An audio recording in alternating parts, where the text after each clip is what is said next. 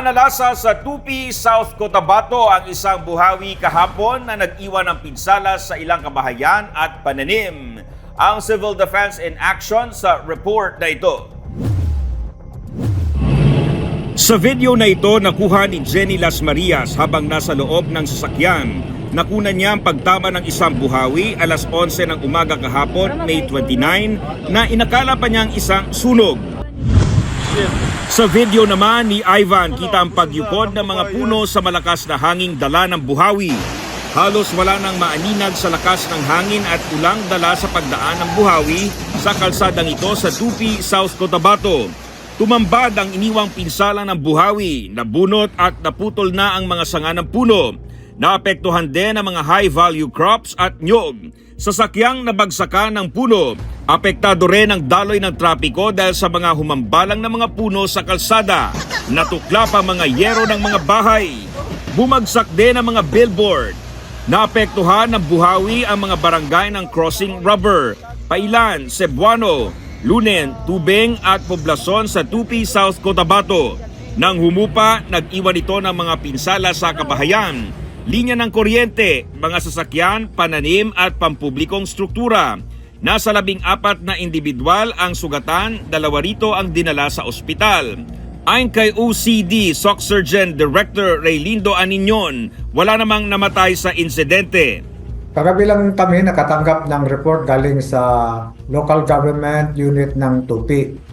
At ayon sa report, sinabi doon na bandang alas 2 minutes past 2 in the afternoon, nagkaroon po ng tornado incident doon sa Tupi, no?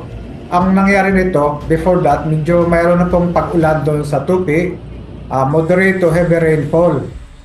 May mga tao na parang naglalakad-lakad doon sa ano na yan, at nag-take sila ng cover from the rains doon sa mga kakahoyan, no?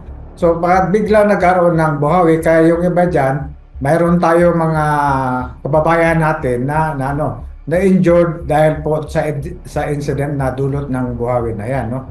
So, nag-take over sila doon sa mga puno na yan. So, yung natumba yung kahoy, kaya sila, nasugatan sila. Mayroong mga, may nagasgas, mayroong mga fracture, saka yung may mga abrasions, ganun.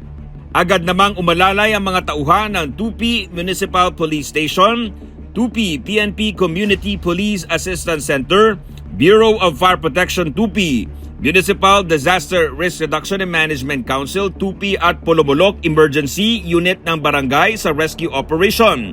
Babala ng Office of Civil Defense sa tuwing may mamamataang buhawi, sumilong o manatili sa loob ng mga bahay at iwasang lumabas sa open spaces. Yung mga ganyang pag may bumubuong mga buhawi na tingin natin, papalapit sa atin.